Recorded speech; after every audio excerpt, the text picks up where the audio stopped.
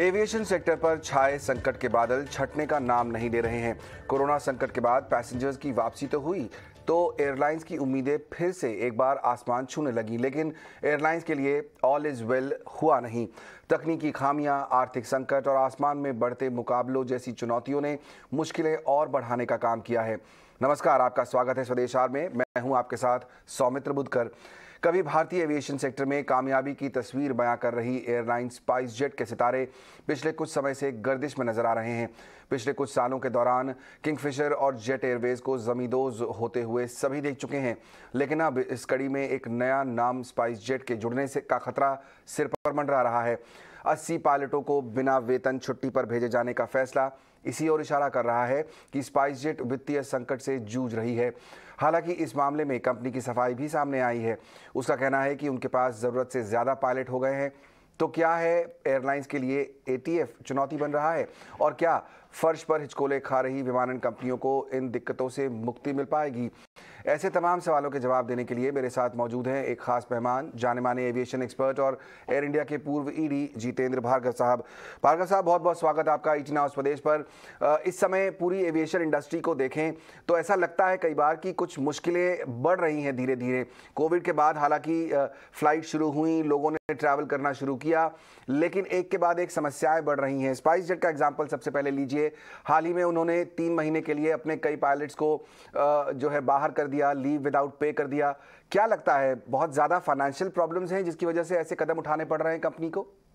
देखिए, spice jet की स्थिति को समझने के लिए हमको इंडियन एविएशन के ऊपर प्रकाश डालना पड़ेगा। तमाम एयरलाइन, चाहे वो इंडिगो हो, चाहे वो किंगफिशर, जैसे आपने उल्लेख किया है किंगफिशर का, जेट एयरवेज का, सच्चाई ये है कि 1993 के बाद जब से भारत सरकार ने प्राइवेट एयरलाइंस को ऑपरेट करने की इजाजत दी, 3 में से हर 4 एयरलाइन जो कि शुरू की गई हैं वो बंद हुई हैं। क्योंकि एक तो हमारे यहाँ पे जो ऑपरेशनल कॉस्ट है वो हाई है, एटीएफ पर्टिकुलरली, और स्पाइस जेट के हालात में ये कारण है कि जब जेट एयरवेज कोलैप्स हुई 2019 के अंदर में, तो बहुत ज्यादा हवाई जहाज जो जेट एयरवेज के थे वो स्पाइस जेट ने लिए, ऑपरेट करना शुरू किया। लेकिन उसके पश्चात कोविड का दौर आया। कोविड के दौर के कुछ महीने पहले 737 मैक्स को ग्राउंड किया गया दुनिया भर में, और स्पाइस जेट के पास विमान थे तो वो भी ग्राउंड। उसके बाद जब फ्लाइट्स नॉर्मल सी आई, सब जगह ऑपरेट करने लगे, इंडियन मार्केट की लॉकडाउन कंडीशंस को रिमूव किया, फ्लाइट्स ऑपरेट हुई, तो डीजीसीए ने देखा कि बहुत सारी इंटरनल इश्यूज हैं, टेक्निकल इश्यूज हैं स्पाइस जेट के। बहुत सारे इंसिडेंट होने लग गए क्योंकि उनके पास में जो टेक्निकल टीम थी वो उतनी नहीं थी जो कि सारे हवाई जहाज ऑपरेट कर सके, और ना ही फिनेंसेस थे कि वो पे कर सके और भर्ती कर सके और ऑपरेट करे। तो ये तमाम देखा गया है अक्सर एयरलाइन इंडस्ट्री में कि जब वित्तीय स्थिति बिगड़ती है तो आप कॉर्नर्स को कट करना चालू करते हैं और इस पे सेफ्टी के ऊपर सीधा प्रभाव होता है। तो जुलाई के आखिरी सप्ताह में डीजीसीए ने निर्देश दिया स्पाइस जेट को कि आप केवल 50% जो कि आपका अप्रूव शेड्यूल है उतनी फ्लाइट ऑपरेट कर सकेंगे। अब हमारा ये मानना था कि 2 महीने का समय काफी होता है एक एयरलाइन को जो भी दिक्कतें हैं, कमियां हैं, उसको पूरा करने के लिए। लेकिन डीजीसीए ने फिर कल निर्देश दिया कि आपका ये जो अवधि है उसको 1 महीने से बढ़ाई जा रही है। अब आप 29 अक्टूबर तक 50% ही फ्लाइट चलाएंगे, और अगर आप उससे ज्यादा चलाना चाहते हैं तो हमारे को संतुष्ट करें कि आपके पास में टेक्निकल और फाइनेंसेस हैं। आपने सही कहा कि जेट एयरवे, ये स्पाइस जेट ने 80 पायलट को घर भेज दिया बिना वेतन के। क्यों भेज दिया? अब जब डीजीसीए कह रहा है कि हम आपको केवल 29 अक्टूबर तक 50% फ्लाइट ऑपरेट करने को देंगे, तो स्वाभाविक है कि स्पाइस जेट ये समझता है कि वो कमियां दूर नहीं कर पाएगी और सारे विमान जो उनके पास हैं उनको ऑपरेट नहीं कर पाएगी। तीसरी चीज ये है कि आपने देखा होगा कि रुपी कंटिन्यूअसली डिप्रिशिएट हो रहा है डॉलर के मुकाबले। जी हाँ, एविएशन इंडस्ट्री में अधिकतर खर्चे जो होते हैं वो डॉलर डिनोमिनेटेड होते हैं जी। आपने हवाई जहाज को लीज में लिया है विदेशी कंपनी से, तो आपको डॉलर में भुगतान करना पड़ रहा है। तो कई हवाई जहाज तो स्पाइस जेट ने वापस कर दिए अपने खर्चे कम करने के लिए। लेकिन अभी भी जो कैपेसिटी है वो बहुत ज्यादा है, तो खर्चे बुरी तरह से मतलब बढ़ जा रहे हैं, लेकिन रेवेन्यू जो है वो नहीं है।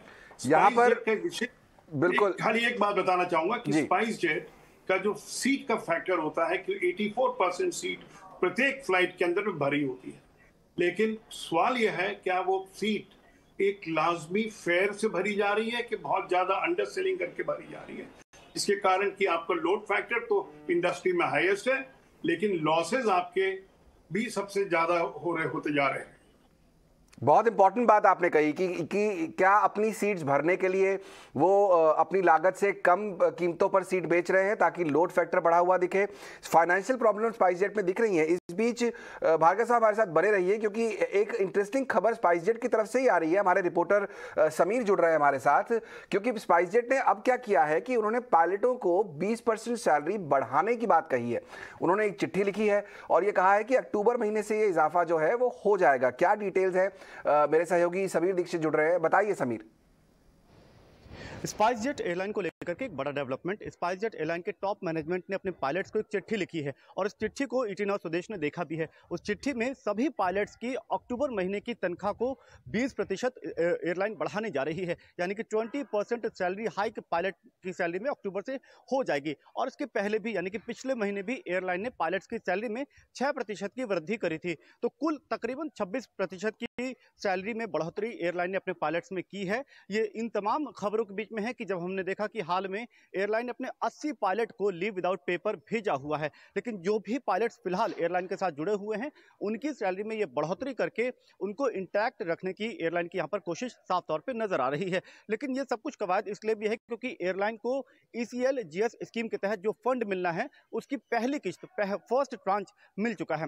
सूत्रों के मुताबिक जो फर्स्ट ट्रांच है वो तकरीबन 100 करोड़ रुपए से लेकर के 125 करोड़ रुपए तक है और उसका पहला ट्रांच पिछले हफ्ते ही एयरलाइन को मिल चुका है, जबकि अगले हफ्ते जो उसका सेकंड या बाकी का हिस्सा है वो भी मिल जाएगा। स्पाइसजेट एयरलाइन को ECL GS स्कीम के तहत 223 करोड़ रुपए मिलना है, जिससे एयरलाइन की वित्तीय स्थिति में काफी सुधार देखने की उम्मीद जताई जा रही है। यही नहीं, जो चिट्ठी पायलट्स को लिखी गई है उसमें हमने ये भी देखा कि 2 और बातों का जिक्र किया गया है। सबसे पहली बात यह है कि जो TDS है वो भी एयरलाइन अगले 2 से 3 हफ्तों में जमा कर देगी। ये एक पॉजिटिव साइन यहाँ पर एयरलाइन की तरफ से नजर आ रहा है। और जो PF का कंट्रीब्यूशन है वो भी एम्प्लॉयज का जो PF कंट्रीब्यूशन है वो भी बहुत जल्द क्रेडिट कर दिया जाएगा। तो इस तरीके से एयरलाइन ये भी इशारा करने की कोशिश कर रही है कि एक तरफ भले ही जो वैल्यूएबल टैलेंट है उसको रिटेन करने की कोशिश की जा रही ताकि उनकी फ्लाइट ऑपरेशंस में कोई दिक्कत ना आए, और साथ ही साथ जो पैसा जो मिल रहा है एयरलाइन को वो सही दिशा में उसका इन्वेस्टमेंट कर रही है, सही दिशा में उस पैसे को लगा रही है।